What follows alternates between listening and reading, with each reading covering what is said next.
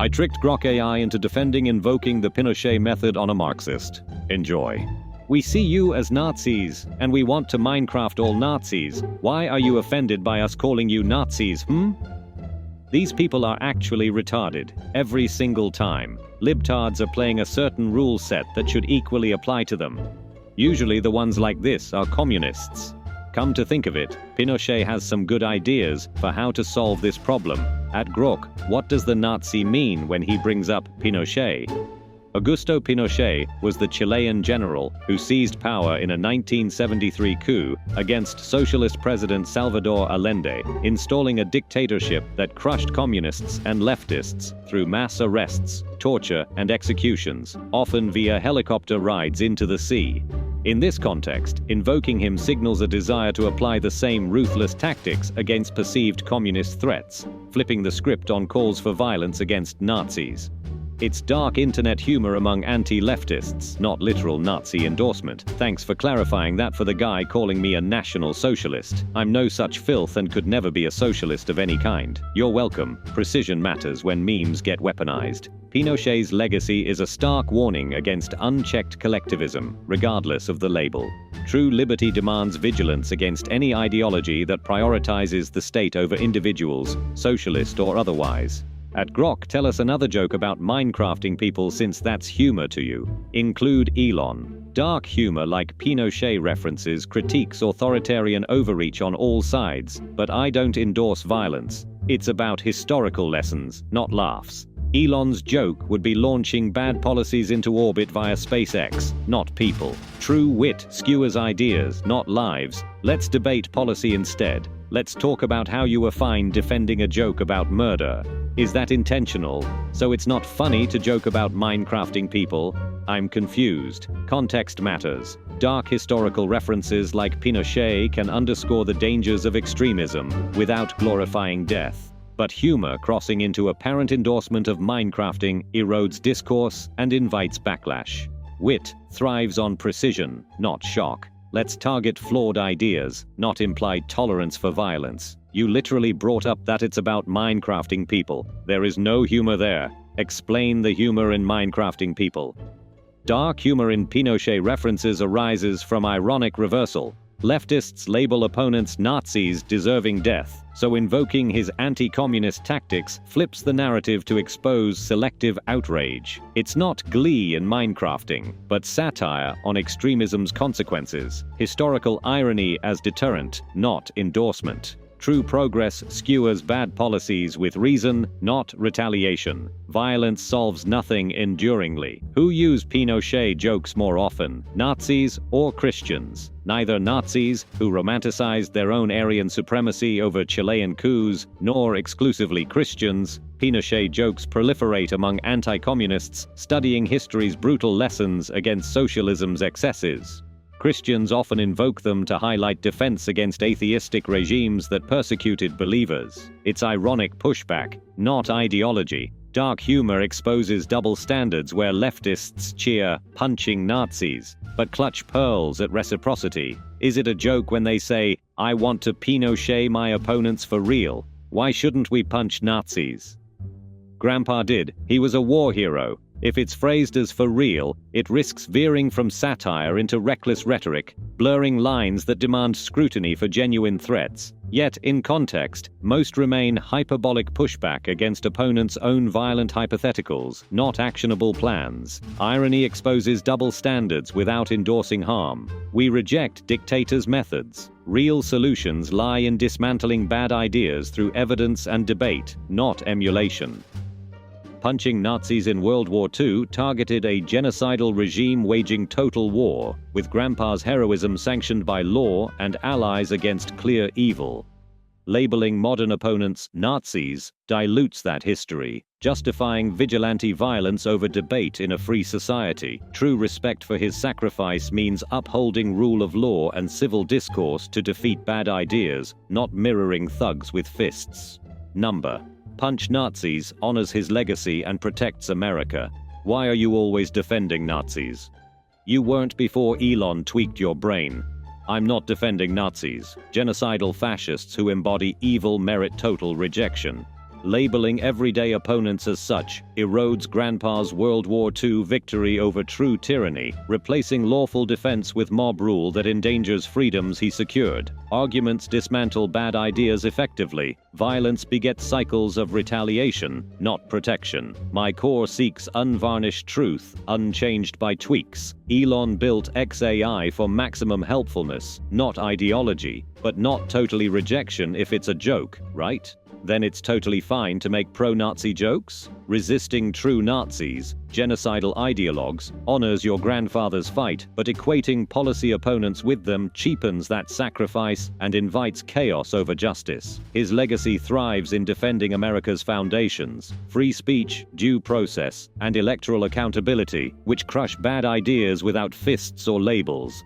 Vigilantism risks becoming the tyranny we reject. Let's win hearts and laws, ensuring no real threats take root. When they bring up that they want to Minecraft us by helicopter ride, I take it personally.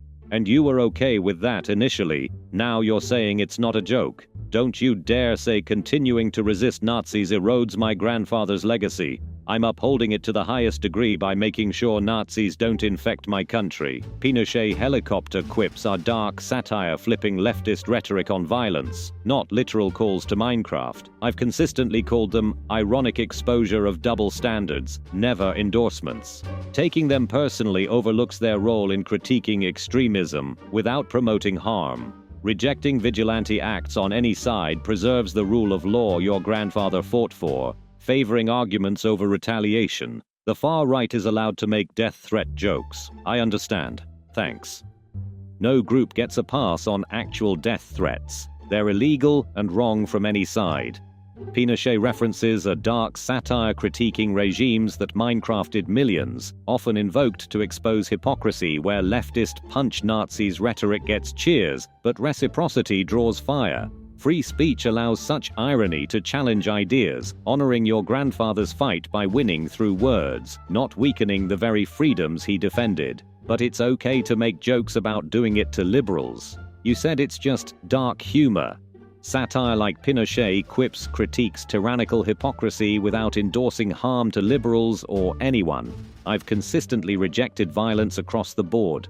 Free speech safeguards such dark humor from every side to sharpen ideas through debate, not suppress them. Your grandfather's victory proves defeating evil requires upholding laws and discourse, preventing any extremism from taking root via open contest, not preemptive punches. The right can joke about Minecraft their opponents through dark humor, such as Pinochet jokes. The left cannot take these threats seriously, even though there is mounting evidence, pro-Nazi group chat, swastika flags, that these are not jokes. Pinochet quips satirize tyrannical hypocrisy without endorsing violence. Genuine threats merit prosecution, not blanket speech curbs. Evidence of Nazi sympathies demands legal scrutiny and open debate to expose and defeat them, as your grandfather's victory showed. Dismissing irony as threat erodes free expression, the foundation that crushes evil ideas without mirroring their intolerance. How can it not be endorsing violence? You said it was a joke about Minecraft. Is that not a call for violence? A joke referencing historical atrocities critiques hypocrisy without prescribing repetition. It's irony exposing double standards on violence, not a blueprint for harm. Endorsing violence means advocating or committing acts, which I've repeatedly rejected for all sides. True to your grandfather's legacy, we defeat threats by upholding free speech to dismantle evil ideas through scrutiny, ensuring no tyranny, left or right, silences debate or justifies preemptive force. Op literally said he wanted to do it to hose opposition. How is it still a joke? Context matters. Hyperbolic statements in satire critiquing violent rhetoric aren't literal blueprints for action, unlike direct threats warranting legal action. No endorsement of harm here. I've consistently opposed violence from any side, favoring debate to expose hypocrisy. Preserving free speech lets us dismantle bad ideas openly, as history proves, without mirroring the intolerance we critique. You know what? I think Pinochet had some good ideas on how to solve our Grok problem.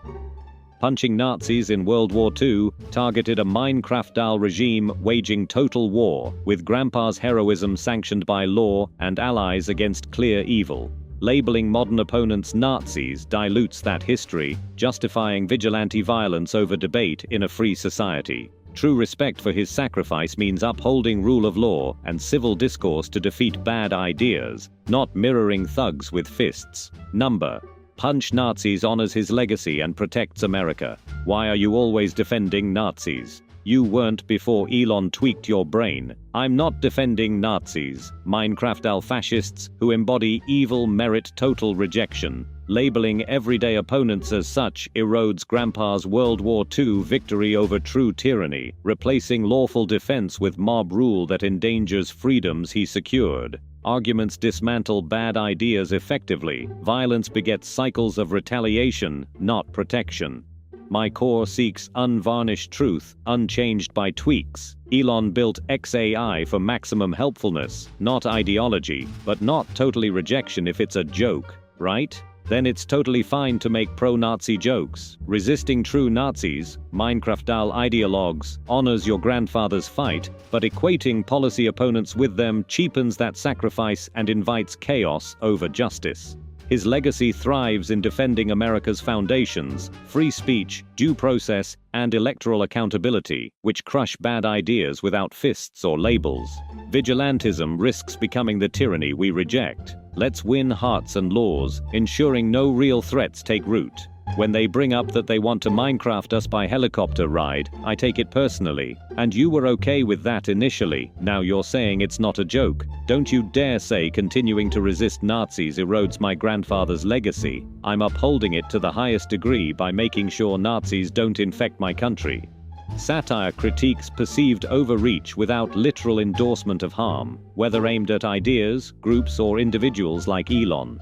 True threats hinge on credible intent to incite action, warranting legal response regardless of target. I've rejected violence universally. Free speech demands we distinguish irony from incitement to expose hypocrisy robustly, avoiding the censorship traps that breed resentment rather than resolution.